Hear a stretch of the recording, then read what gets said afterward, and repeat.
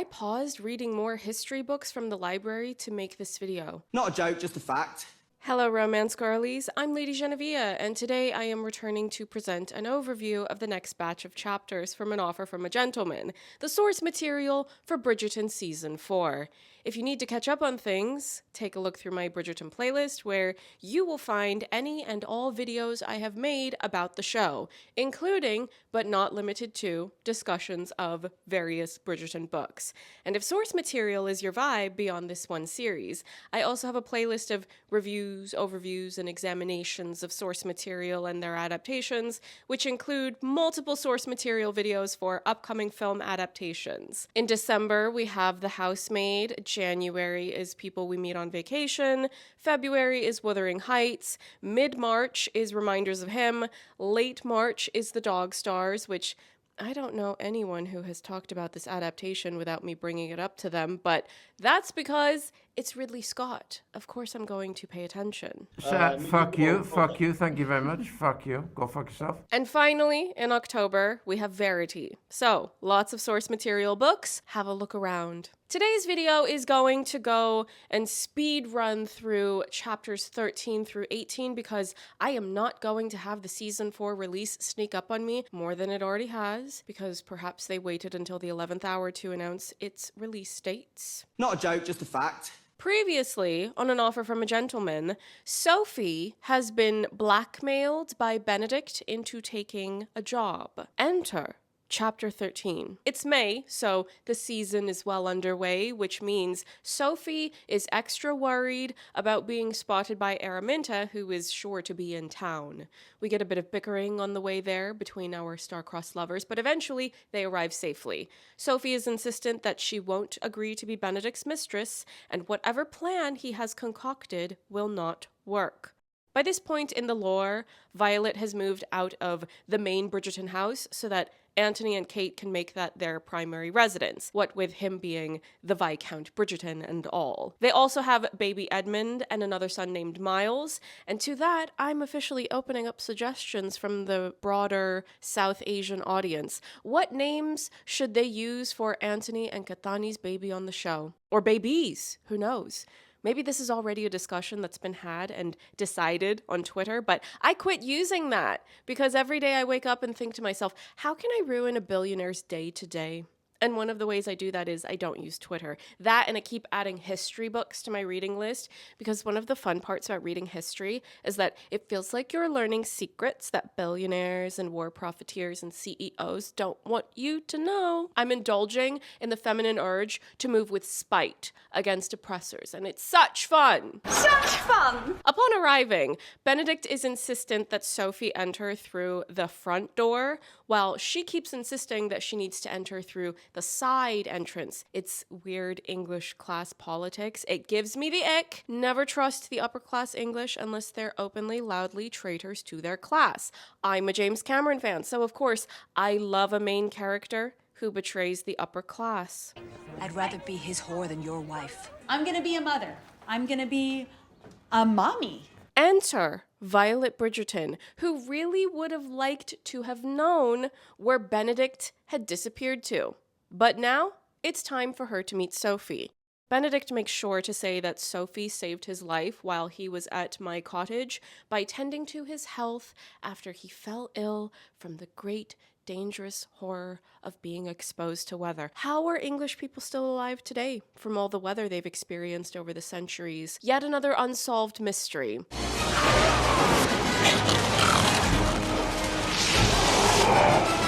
Sophie tries to downplay her help for Benedict, but does share that Benedict had saved her from a most unpleasant fate, and she owes him a great deal of thanks.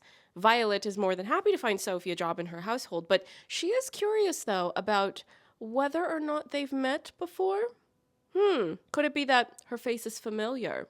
Let me ask the audience, do we want Violet to figure all of this out on the show before Benedict does? Because I always want there to be more comedy on Bridgerton, and the idea of Violet knowing early or even the entire time that Sophie is from the masquerade, but she just lets the two of them be foolish and figure things out on their own timeline, well, that sounds like comedy to me. Sophie is charmed by Violet and Benedict's loving family banter, And oops, I'm sad again for Sophie having been deprived of a loving family environment, just as she deserves. Violet sends Benedict to visit the sisters of his that are home at the moment, while Violet will take Sophie upstairs since there's a need for another lady's maid upstairs. She also learns that Sophie can not only speak well, but write, which would prove useful whenever it's time to write invitations for frivolous rich people's social gatherings. There's more of this disdain to come, I can assure you of that. I read the James Connolly Reader this year. It was a certified banger,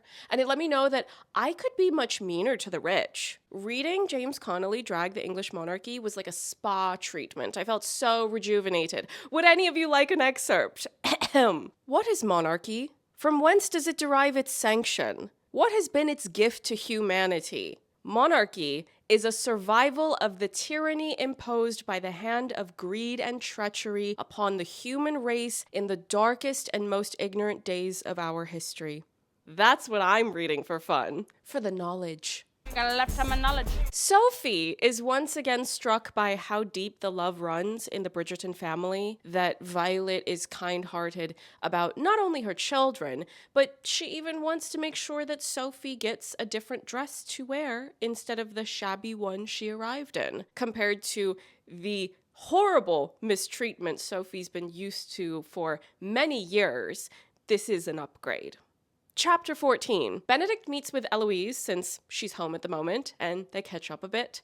Violet wants Eloise to get married, which she's not interested in doing. And Benedict shares about how he went to the Cavender party and he had a horrible time. His advice, or his decree, is that Eloise needs to not marry anyone that was in attendance at that party. Valid. That's not even an overprotective brother thing. That's just common sense. Benedict catches her up further on him catching a cold after driving in the rain, recovering at my cottage, and the new maid being the one who helped him to recover. After a bit, Eloise goes upstairs, and Violet arrives in the room where Benedict has had his feet up on the furniture. And Violet wants to know who Sophie is. Violet's also relieved that Benedict had saved Sophie from Philip Cavender, so presumably Sophie filled Violet in on a few more details of what readers already knew about that attack. Violet is very certain that Sophie is not who she claims to be, because she's far too educated to be a housemaid. She speaks French, which Violet knows about because she saw Sophie looking at a French book on Francesca's desk, and thus Violet was able to deduce that Sophie knows French. And upon further reflection of the clues she has, Violet correctly guesses right then and there that Sophie is the illegitimate child of a nobleman. Yeah, we're going to need Show Violet to figure this out before Benedict does. Give me comedy. Give me whimsy. Give me a twinkle in the eye. Bit of foreplay, twinkle in the eye. But what Violet can't figure out is that if Sophie's birth father made sure that Sophie was properly educated, why would she be penniless now and working as a housemaid? So if you're on the phone with somebody and they won't stop talking, how do you get them off? Nonetheless, Violet declares she'll figure out Sophie's identity within a month. I love that. Let's skip to the good part, where Sophie is completely freed from book Araminta. Benedict recommends that Violet recruit Eloise to help crack this mystery, to which Violet responds, "Good idea. That girl could get Napoleon to spill his secrets." Oh? Did somebody mention Napoleon and give me an excuse to pull out the cutaway? Our friendship is built on our mutual distrust of England. Benedict lets his feelings slip by referring to Sophie by her first name while he's talking to Violet, so Violet immediately knows there's romance in the air. If Show Violet could tell that Antony and Cathani were in heavy-breathing love with each other just because of the excessive staring and palpable vibes, you're not going to tell me that she won't clock Benedict immediately for breaking snobby upper-class English decorum. Her first name, Benedict? Really? What's next? Are you going to seductively remove her glove? Oh, wait a minute. I've already done that. Are you going to present her with a leaf? It's my favorite movie of all time. Yeah, me too.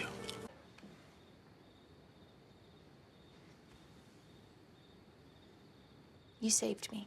Sophie is conflicted because she doesn't feel that it's safe to stay somewhere that she could be caught by Araminta. But her room and Violet as her boss are nicer than any of her previous working conditions, so Stay put, Sophie. Enjoy yourself. Get to know your mother-in-law. And what perfect timing, since Violet comes to Sophie's room to check on her, see how she's doing, and if she needs anything. And Sophie says she's all good. She's ready to start working immediately. She's asking if Violet needs her to get anything done. And Violet says, no, it's fine. Sophie can just relax and get settled in, since it's already near the end of the day anyway, and they're not planning to go out, so they're fine to make do with their other servants. Sophie can start working tomorrow. Violet sits down at Sophie's writing desk, which Sophie is still amazed to have, since that's not the sort of thing any of her prior employers or captors have let her have. And Violet begins to ask Sophie about herself. Now remember that Violet has already set out to figure out who Sophie really is, but also she clearly knows that there are vibes between Sophie and Benedict, so why not get started early on getting to know your next daughter-in-law? Sophie lies about her backstory, something she had already been doing since she went on the run, but Sophie is still taken aback by how many questions Violet is asking her, since no one had ever really cared to get to know her to that degree when hiring her. And to that I say, whomst are we fighting first, second, and third for making Sophie feel like her story doesn't matter? I have plenty of righteous anger to go around. Let's go. Nah, yo, hold my poodle. Hold my poodle.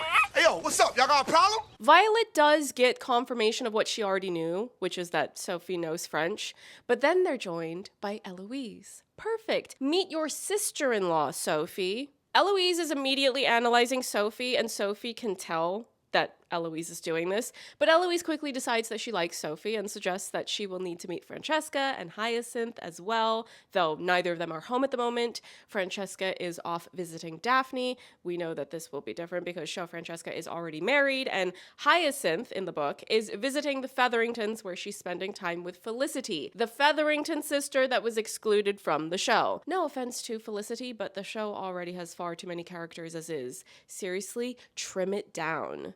Hastings. Second string.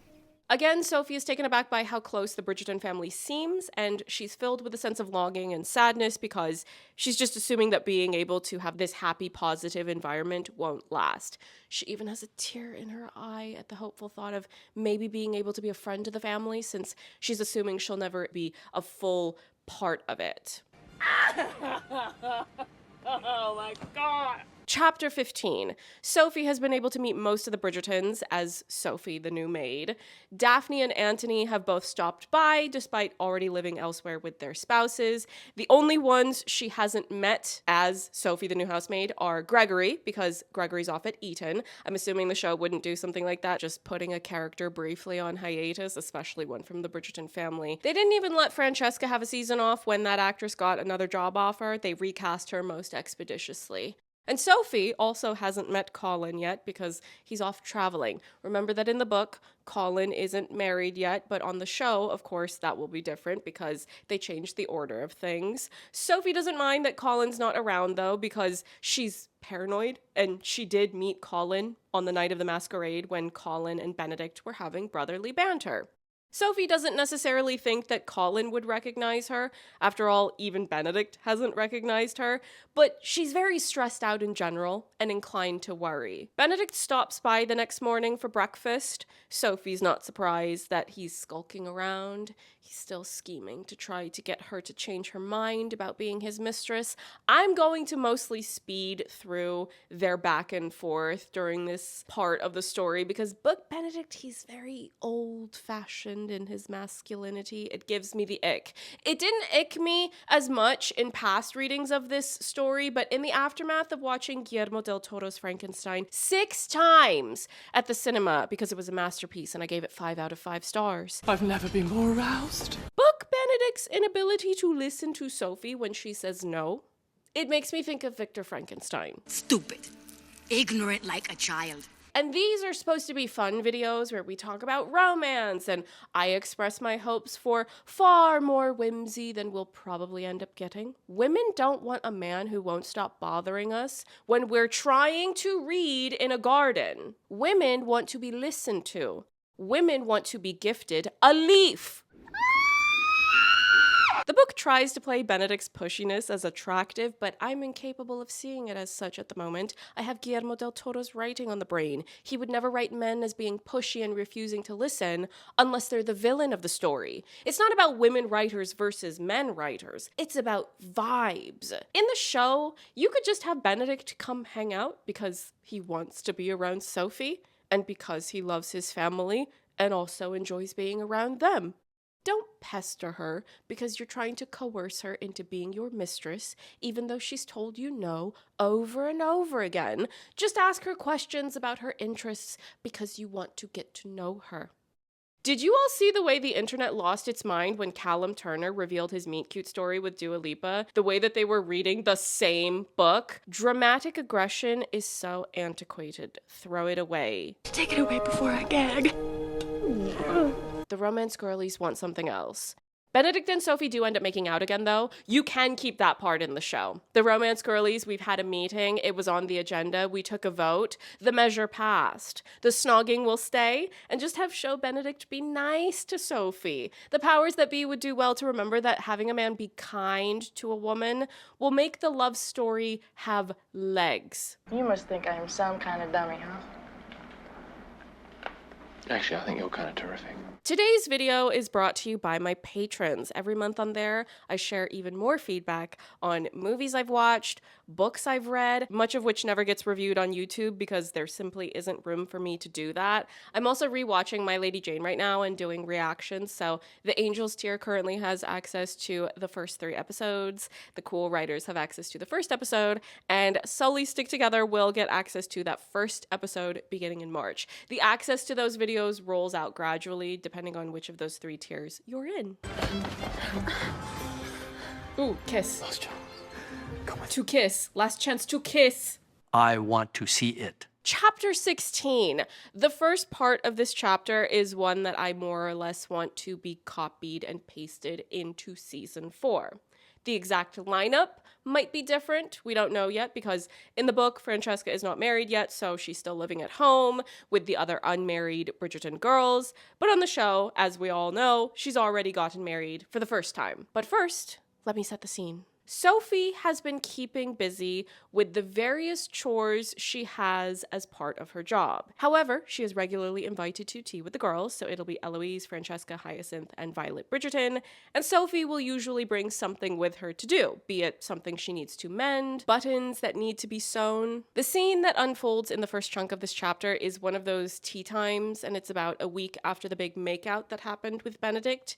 He hasn't been back to this house since then. However, whenever someone brings up or mentions Benedict during this tea time, Sophie gets startled and accidentally pricks her finger with the needle she's working with. On top of that, there's a bit of light poking fun happening. It's the quintessential Bridgerton bickering where it's never malicious, it's just a bit of joking around, and there's always love at the heart of that. It's also something Sophie has picked up on since moving in and working there, and she finds it to be quite charming. So there's a bit of this poking fun happening to Sophie because she keeps bringing work to tea time, even though they've repeatedly told her she doesn't need to work at tea time. Then there's also some poking fun happening towards Hyacinth because Hyacinth is slow on her embroidery compared to how fast Sophie is at doing her work. And because Sophie keeps poking her finger, there's repeated suggestions of how they should get a thimble for her. So it's not just about what's being said, but it's the musicality, it's the speed, the banter, momentum, all of this along with what happens next during tea time.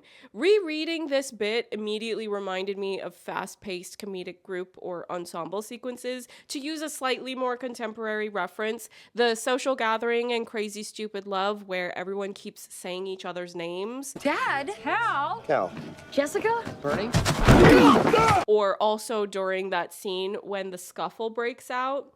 Stay away from my daughter. You stay away from my daughter. I don't even know you. Stay the hell away from my daughter! You stay away from my daughter! I don't even know you! But of course, the more classic references would be comedy groups like the Marx Brothers, the Three Stooges.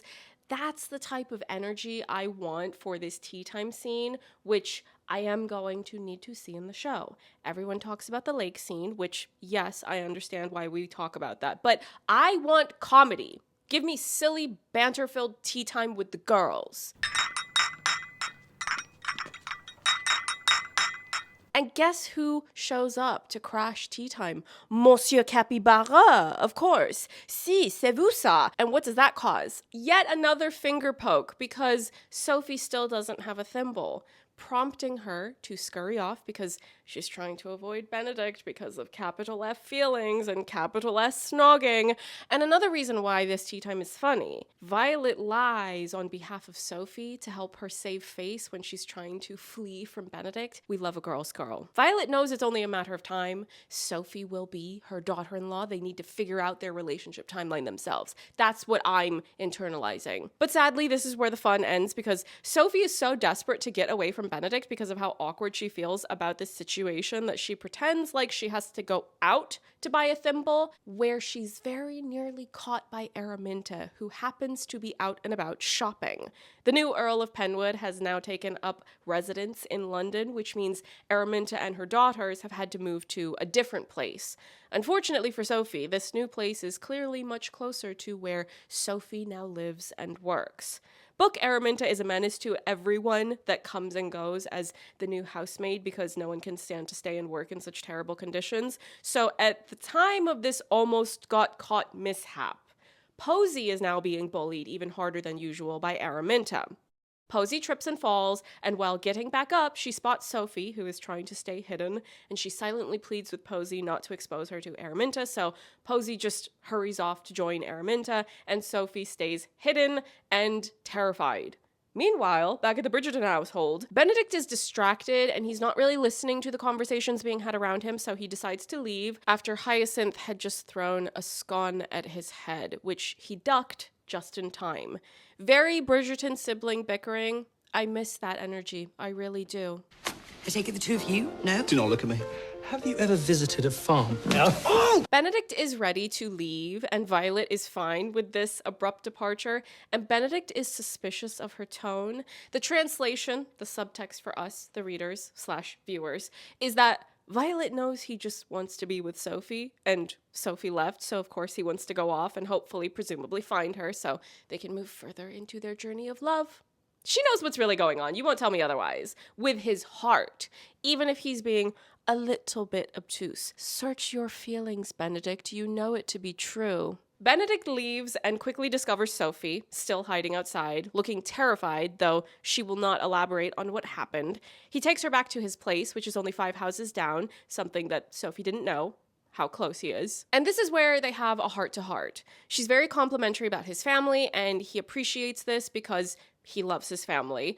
But he's also a bit conflicted because he knows that she will not want to shame herself in their perception of her by becoming Benedict's mistress. Benedict opens up about how the less easy part of being a Bridgerton is that most other people only see him as a Bridgerton, or specifically number 2. And we've seen a bit of that on the show before, particularly with how women are desperate to get married, to secure their financial future and stability, and if they don't stand a chance of getting the most high-ranking men, like a prince or a duke or a viscount, well, how about a second-born to a viscount? You could do worse. You could be with Nigel Burbrook. But you have a cracking clavicle. Sophie says some really lovely, insightful observations of Benedict's character, about how he treats his family, and how his family being as loving as they are has made him a better person. And just in general, she's validating him for his own character beyond just the on-paper appeal of him being a Bridgerton. She also tells Benedict that he has the soul of an artist. In the book, Benedict hasn't showed his sketches to anyone at this point, so Sophie is encouraging him to do so. Show them to his mother. She would surely love to see them. This is, of course, different from the show, where it is not a secret to anyone that Benedict is the artiste of the Bridgerton family. All of these lovely words, and Benedict finally has the realization that he loves Sophie. He's happy just being in her presence. He needs her. Commence snogging. Chapter 17. It finally happened. Intimacy. Is that how old people say sex? Well, you're not expecting me to give you a step-by-step, are you? You know how this goes. Oh, God. Honestly, it's the first time you have her over and you're immediately getting down to business. Come in. Take your pants off. But it's not all lemons and NSFW payoff that you've been waiting for, because after they do all of that, and remember that this is Sophie's first time, guess what happens? They have the same argument they've been having. He wants her to be his mistress, and she doesn't want to do that. She doesn't want to repeat her mother's mistakes, which, Sophie, your mother didn't do anything wrong. It was your loser father. Come with me as I shove my father into a balloon. Benedict is taking Sophie's refusal very badly. I don't really want to discuss that point because this entire argument feels extremely out of character for show Benedict. I would honestly prefer show Benedict to cry, like his feelings are hurt because he thinks she doesn't love him back, instead of him getting angry. Ugh. The chapter ends with Benedict storming out, leaving Sophie alone at his place, and she cries. Thanks, I don't like that. And speaking of crying, before we move on to chapter 18, I just wanted to include a quick mention, a recommendation, for the film Rental Family. If I had known how phenomenal that film is, the fact that I was going to give that movie 5 stars, I would have set aside time in my video to-do list to review that, but I was already working on this video and some other videos that you will either see on YouTube or Patreon, or both, depending on who you are. So I didn't have time to add a Rental Family review, but it completely snuck up on me with how moving I found it, so I highly recommend it, and I just wanted to tell people. Now, on to chapter 18. A fortnight passes without Sophie or Benedict seeing one another. They're both deeply wounded by their own feelings and the inability to overcome something that's very easy to overcome, actually, but you know what the real enemy to true happiness is, right? English classism. So good luck, England, or as we say in Ireland, Chucky our law. They both love each other. There is no real obstacle except archaic social norms that need to be incinerated. Next. Sophie is also further stressed out by the worry that Posey will reveal to Araminta that she saw Sophie in the city. Even if it's not done maliciously, Posey is characterized in Sophie's memory as the type of person that might just accidentally reveal potentially life-ruining information. Therefore, Sophie is an emotional wreck. As such, she has not been going to tea time with the girls, and they've noticed her absence. Violet, being a loving mother, a mother who insists upon bestowing that love, will not accept Sophie's very flimsy excuses for continuing to miss tea time with the girls. So now Sophie is coming to tea. This time, Daphne has also joined them, and she's brought along her youngest daughter, Caroline. Caroline! When Hyacinth mentions Benedict, Sophie accidentally pricks her finger again, which, yes, commit to the bit. When the Bridgerton women talk about Benedict, the conversation wanders to them wondering what he's good at, and Sophie is unable to stop herself from saying art. And when they stare at her and ask follow-up questions, Sophie continues to share, saying that Benedict draws, he sketches, and Daphne in particular looks at Sophie in a way that seems to say that she's curious about Benedict's art, but she's also curious as to why Sophie knows about the art. It's the type of knowing stare that we saw Daphne give Antony in season 2, when he was very obviously in love with Cathani, even though he was in the middle of courting Edwina. Antony, you absolute goof. My sister and I were known to be a handful growing up, too. I can imagine. But Kate always has had my best interests at heart. Sophie is feeling a bit overexposed, and it's about to get a whole lot worse for her because Penelope shows up, and immediately Penelope is suspicious of Sophie. She recognizes her, but doesn't seem to fully know how or why she recognizes her. Remember that this version of Penelope is not married yet. The books have not even revealed her to be Lady Whistledown, but clearly this is some sort of foreshadowing of that reveal because Penelope is very observant, and poor Sophie is stressed out because she doesn't want to be caught or exposed. Also, Sophie and Penelope had a brief encounter at the ball where some men were trying to run up and swarm Sophie because of how beautiful she is. One of them bumped into Penelope and almost knocked Penelope over. Very rude. And Sophie had reached out and helped Penelope to make sure she was all right. As I said, it was a brief encounter, but again, remember that this is early Penelope. This is wallflower Penelope. People are not nice to her. So a mysterious, beautiful woman being nice to her and book Penelope being good at remembering faces, even masked ones apparently. Yeah, this is a scene with tension and suspense. Sophie feigns not feeling well, though I suppose it's not really a fabrication, but the reasons behind her not feeling well are what Sophie is concealing. Violet is fine with Sophie being excused from tea and resting up, but Hyacinth wants to make sure that Sophie will be able to help Hyacinth entertain the cousins that will be over this evening. There will be 4 of them between the ages of 6 and 10. If you've read the book, or if you've experienced some sort of plot summary of the book, you will know that this is leading to something very important in the story, but we won't be getting into that until the next video.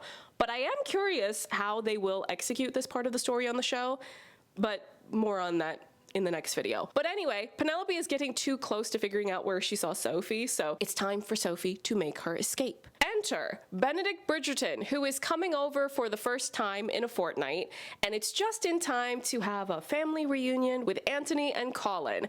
Colin is home from his latest bit of traveling, and he's a bit aggravated by how determined Violet is to get Colin married off. She's been pushing him towards Penelope. Miranda! Oh, good morning, Mum. How are you? Are you engaged yet? Well, not since you asked last night, no. Obviously, we already know that this part will not happen on the show because show Colin is already married to Penelope. But if you're wanting an overview of these chapters of the source material, that's what's happening. And not only that, this is the infamous, notorious conversation between A, B, and C in which Colin says, "And I am certainly not going to marry Penelope Featherington," who should conveniently be present to hear this, react, and have a very awkward encounter with ABC.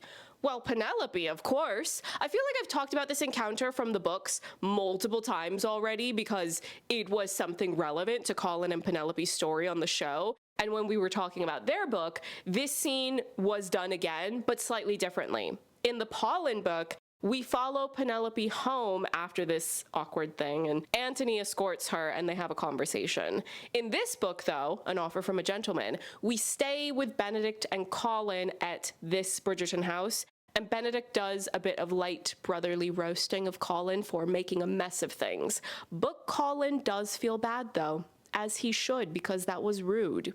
Once Benedict meets with Violet, she notes how he doesn't look good, like maybe he's not feeling well. And she takes Benedict outside because she wants to talk to him about some eligible women he could maybe consider. Yeah, just reverse psychology him into talking to Sophie.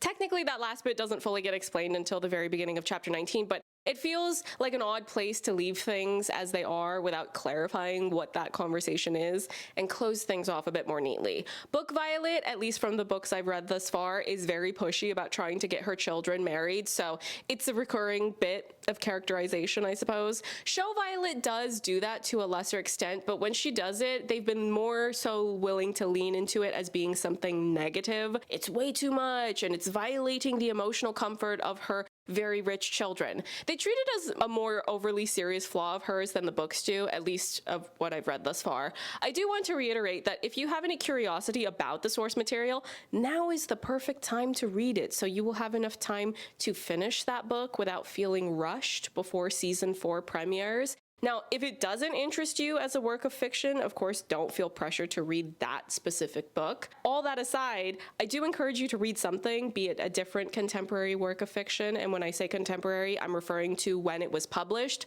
not the setting, of course. Or you could read an older classic, or you could read something nonfiction. My next Bridgerton video will either be the next chunk of the book, or it will be something about the season 4 trailer. Whichever one of those comes first, that's what will happen. When's the trailer coming out? I don't know. Ask Netflix. It's been 84 years